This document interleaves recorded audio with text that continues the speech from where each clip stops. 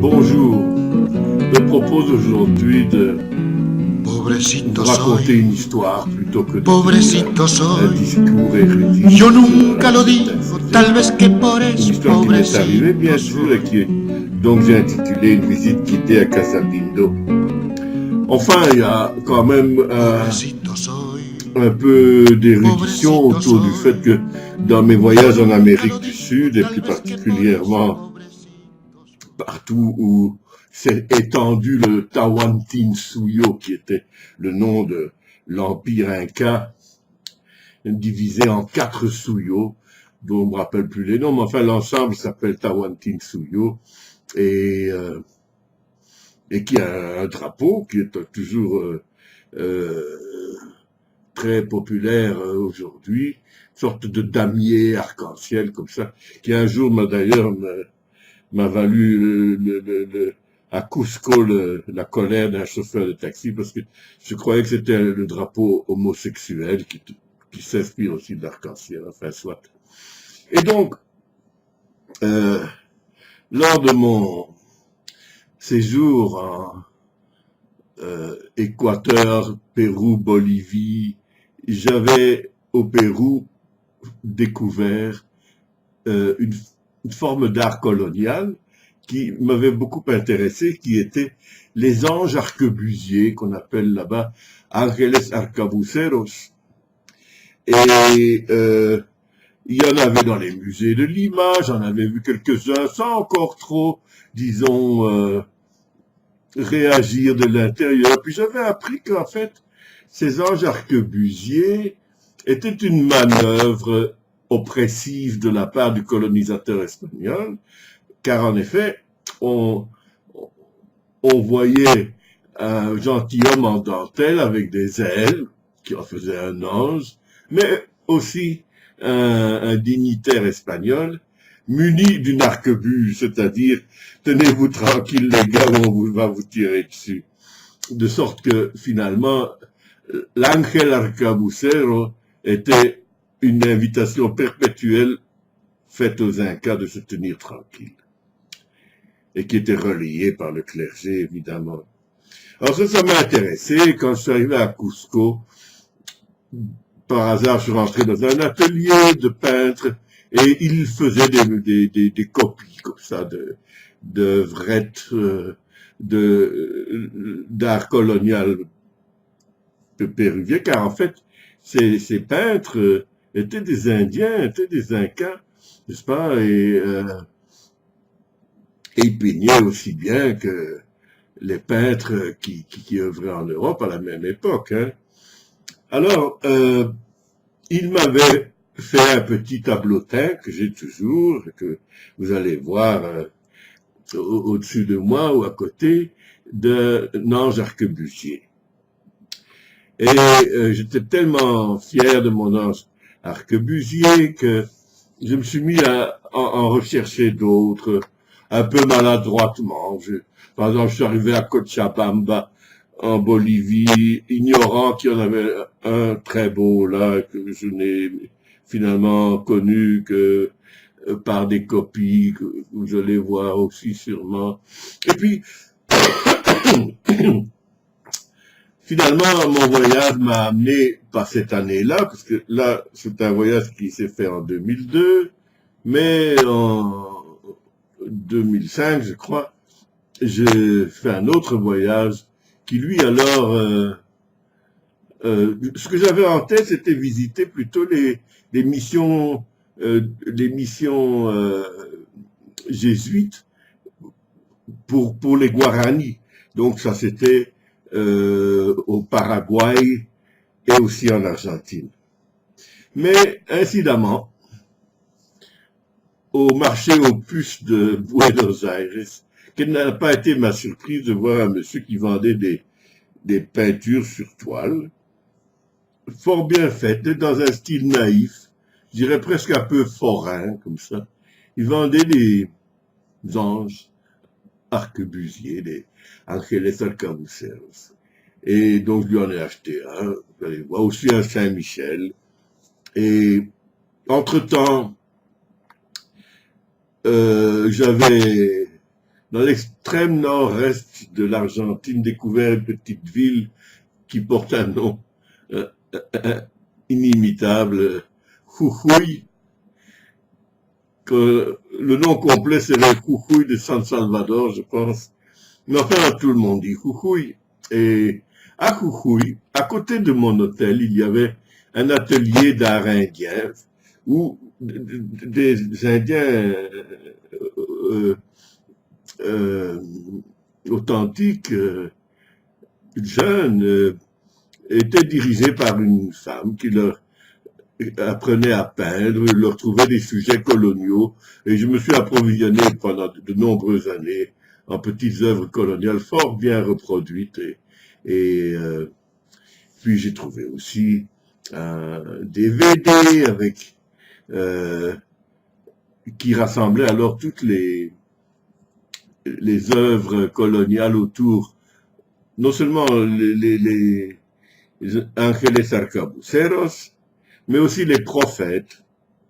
Alors les anges arquebusiers, disait le DVD, on les trouve à Ujía et les prophètes à Humahuaca. Alors j'étais à Ujía, j'ai dû m'y prendre 2 fois parce que la première fois j'ai été pendant le carnaval. Le curé avait jugé sain de fermer l'église pour éviter des débordements, j'imagine. J'y suis retourné l'année suivante, ou plutôt même en 2008, et j'ai enfin vu les Ángeles Arcabuceros de Ujía, mais bon, il y avait quelqu'un qui veillait au grain, pas moyen de faire la moindre photo. D'ailleurs, l'éclairage était vraiment très mauvais. Enfin, j'aurais pu m'en tirer avec en photographiant avec un très grand ISO, mais je suis pas sûr que je connaissais déjà cette technique à l'époque. Et en tout cas, il y avait un Cerbère qui, qui veillait au grain, qui ne permettait pas qu'on photographie, et était très sérieux. Alors, j'ai aussi été à Humahuaca, et j'ai vu les prophètes. Bon, moi, mon truc, c'était les anges arquebusiers, donc je me demandais s'il y en avait d'autres. Et alors, j'ai appris, déjà le DVD le disait, mais qu'il y avait une église dans une petite ville, mais perdue dans la montagne, qui s'appelle Casabindo, et qui contenait 7 ou 8, 7 je crois, tableaux d'Ángeles Arcabuceros. Alors, j'étais revenu à Salta, qui était ma base dans le nord-ouest de l'Argentine et qui est devenue ma ville favorite. C'est une ville qui a un charme fou, et à telle enseigne que le patron de l'hôtel colonial, justement, qui est un hôtel qui a encore des caractéristiques anciennes comme ça, est devenu mon ami, et les dernières fois, il venait me chercher à l'aéroport, quoi. Et donc, j'avais demandé dans les agences de voyage de Salta si on pouvait me bricoler un voyage à Casabindo. Et on me répondait toujours, oh non, Seigneur, c'est impossible. C'est dans la Pugna. La Pugna, c'est la montagne. Et voilà, on ne va pas dans la Pugna comme ça. Puis, j'aurais pas d'autres clients, donc ça vous coûterait au moins 3000 pesos. Enfin bon, je m'étais dit, bon, ben ça ne va pas, donc. Hein. Et puis, en 2013, j'étais de nouveau à Salta. Et je flânais à une terrasse lorsque, à la table voisine, j'entends un type parler français. Et donc, évidemment, je tends l'oreille, parce que je n'avais pas parlé français depuis quand même quelques semaines. Et, euh, et c'était le genre de type qui, comme dit une certaine chanson, qui dit n'importe quoi, qui parle avec ses mains, qui est là depuis le matin, quoi. Hein? Euh, et au lieu de s'appeler Bébert, bon, je sais pas si dans la chanson il s'appelle vraiment Bébert, mais lui s'appelait Patrick. Et il était en train de proposer donc une excursion à un couple de jeunes Français. Et je ne sais pas s'il avait conclu sa transaction, toujours est-il qu'à un moment donné, il était libre, je lui ai dit, dis donc, est-ce qu'on peut se parler? Il me dit oui. Il s'est assis à ma table, et de nouveau, il m'a sorti un boniment incroyable, comme quoi il était le meilleur sur la place pour faire des excursions bonnes, belles, pas chères, et tout, et qu'il n'y avait pas plus savant que lui dans ce domaine. Et je lui ai dit, ben écoute, moi, j'aimerais bien aller à Casabindo. Est-ce que tu peux pouvoir me goupiller ça? Ah, ben certainement, il me dit. Et je me dis, ah oui, et est-ce que ça peut se faire en une journée? Il me dit, mais certainement, le kilométrage n'est pas si énorme que ça. Bien sûr, il dit, il faut aller au-delà de Umawaka jusqu'à Abrapampa.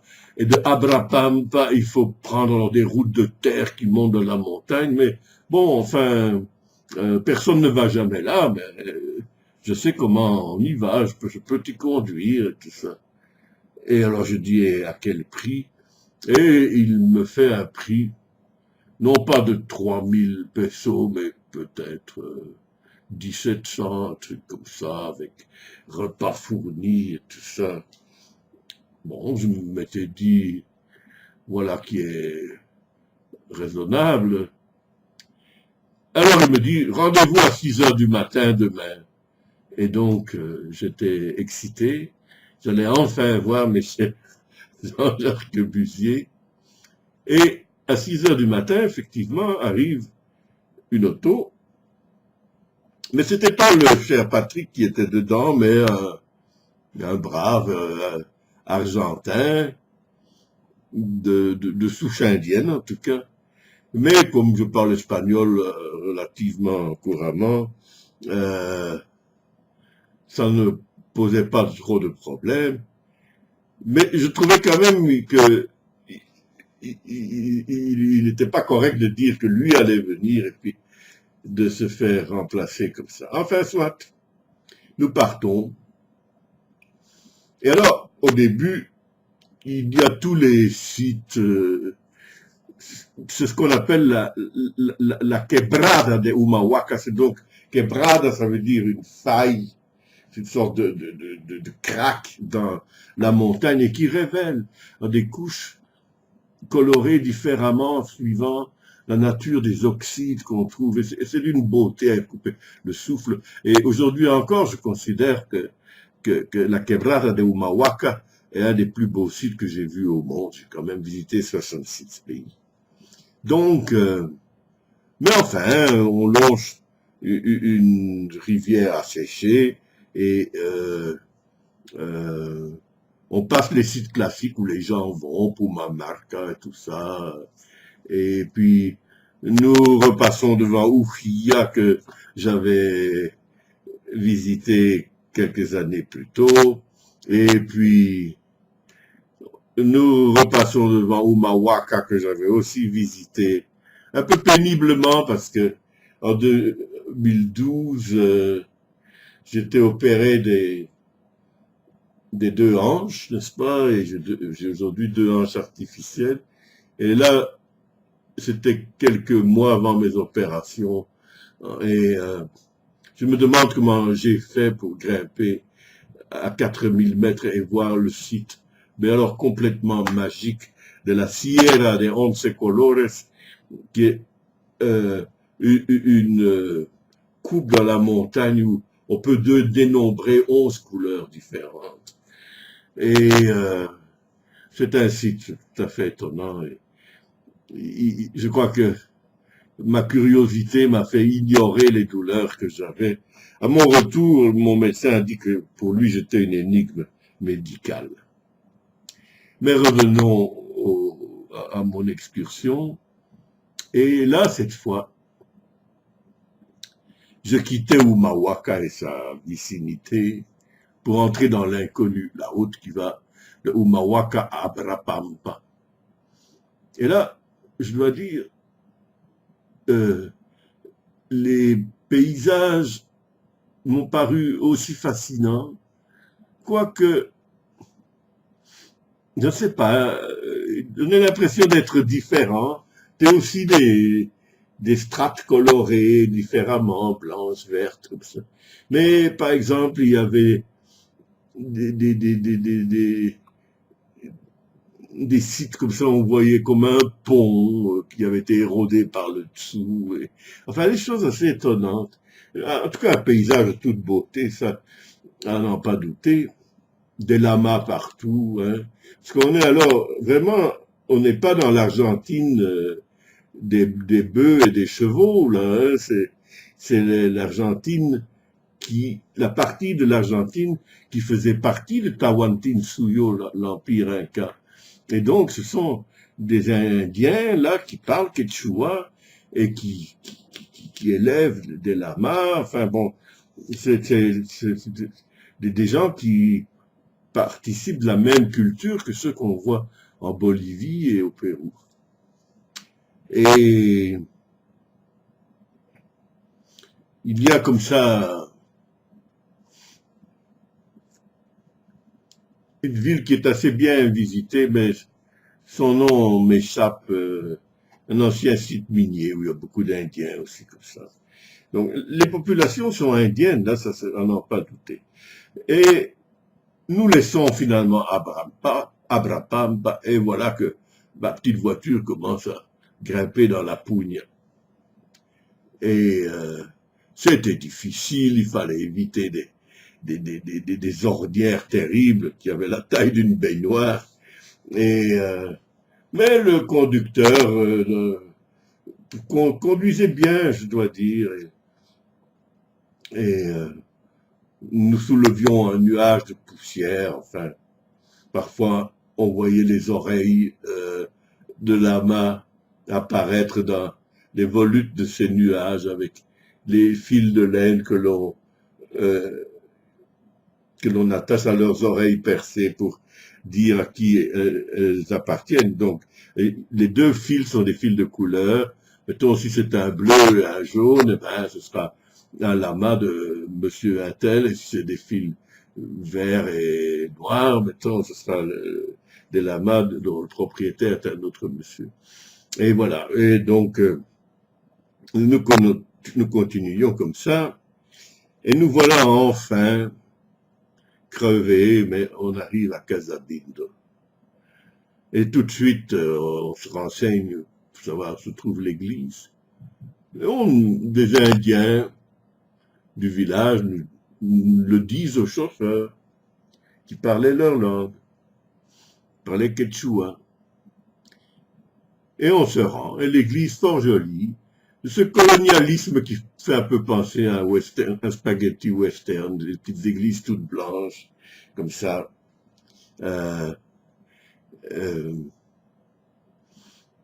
Et fort sympathique. Et évidemment, nous voulions entrer, et alors, on se rend compte que portes et fenêtres étaient barricadées et que l'église était fermée. Alors, j'étais évidemment déçu. Je demande au chauffeur de se renseigner s'il n'y a pas quelqu'un qui a la clé ou quelque chose. Enfin, il se renseigne et on lui dit, mais enfin, mon bon monsieur, cette église est fermée depuis 20 ans. On ne l'ouvre qu'une ou deux fois par an pour une fête religieuse et folklorique, enfin. Oui, ben, je dis, mais enfin, est-ce qu'on peut voir quand même les tableaux et tout ça, des Ángeles Arcabuceros, et Bon, ils n'avaient pas l'air trop au courant. Ce que je dois dire, les gens que nous avions vus étaient tous, mais alors tous, ivres morts. C'était un dimanche. Et apparemment, le dimanche à Casabindo, j'ai pas vu, mais pas un commerce, mettons, allez, qui pourrait vendre des choses qui font plaisir, ne fût-ce que des crèmes glacées ou quoi. Et les adolescents, tout ça, ils s'enivrent abominablement. Ils n'ont rien à faire. Ils sont évidemment dans un chômage perpétuel. Et c'était véritablement lamentable. Après nombre d'hésitations, vous verrez sans doute quand même l'église en photo, là, mais il a bien fallu retourner à Salta. J'étais en furie. D'abord, j'en voulais à ce Patrick, puis j'en voulais à moi-même en me disant, mais quel con t'as été, tu t'es laissé posséder comme le dernier des crétins. Et puis, comme la route était longue quand même, et que pour moi c'était clair que le chauffeur n'y était pour rien, il avait reçu ce contrat en sous-main comme ça, il n'y était pour rien, il était plutôt gentil. Alors la pluie s'est mise de la partie, mais alors des pluies, là, enfin, ceux qui ont vécu en Afrique, ils connaissent ce genre de pluie tropicale qui transforme tout d'un coup une route en rivière. Enfin, c'était assez dangereux finalement. Mais les dieux étaient avec nous pour cette partie de la route et nous sommes arrivés à Salta sans encombre. Par contre, quelque chose avait eu le temps de germer dans mon esprit. J'avais décidé de ne pas me laisser faire. Le lendemain, lundi matin, aux premières heures pas du jour, parce que les bureaux n'ouvrent pas si tôt, mais enfin, dès l'ouverture des bureaux, peut-être vers 10 heures du matin, j'étais à l'office du tourisme de Salta. Et j'ai dit que j'avais été escroqué par un certain Français du nom de Patrick qui disait œuvrer pour une agence de voyage qui avait pignon sur rue à Salta. Et à ma grande surprise, ma plainte a été entendue. Et le jeune homme qui m'a reçu m'a dit, ne vous inquiétez pas, on va vous donner une avocate. Et revenez cet après-midi, nous allons organiser une confrontation de directeur de l'agence en question. Donc j'étais complètement sidéré. Je suis retourné manger quelque part dans Salta et l'après-midi, je suis retourné à 3 heures, l'heure qu'on m'avait fixée. L'avocate est arrivée, jolie comme tout. Elle s'est jetée à mon cou et m'a embrassé. Mais ça, en Argentine, c'est tout à fait commun. Les gens s'embrassent très facilement, même quand on est à peine connu ou inconnu. Et par contre, elle était extrêmement compétente. J'ai vu le directeur de l'agence de voyage qui, lui, tombait des nues. Et il a dit qu'il connaissait pas ce Patrick, qui était vraisemblable. Mais alors l'avocat dit, mais comment alors a-t-il pu avoir les tampons pour étamper la facture et tout ça avec le nom de votre agence? Il dit, je ne sais pas, tout ça. Alors il dit, oui monsieur, vous êtes quand même responsable et tout ça. Enfin finalement, il a dit, bon ben, je vais payer. Et moi, j'étais magnanime, j'ai dit que, quand même, le voyage n'avait pas été complètement nul, que j'avais découvert des paysages qui étaient fort beaux, et voilà, fait l'expérience de rencontrer des troupeaux de lamas et tout ça, et rencontrer les habitants de Casabindo, qui était plutôt un spectacle désolant, mais enfin, et je lui avais donc demandé par principe la moitié de la somme, ce qui m'a été versé. Alors avec les taxes et tout, ça montait à 2000 pesos et j'ai retouché 1000 pesos, ou 1100, je ne sais plus. En tout cas, ça s'est terminé comme ça. J'étais fier de mon coup, pour une fois, je ne m'étais pas laissé manger la laine sur le dos par un escroc, ce qui était un peu nouveau dans mon expérience. Voilà, j'espère que cette histoire vous a amusé et je vous donne rendez-vous à une autre fois pour une autre de mes causeries. Au revoir.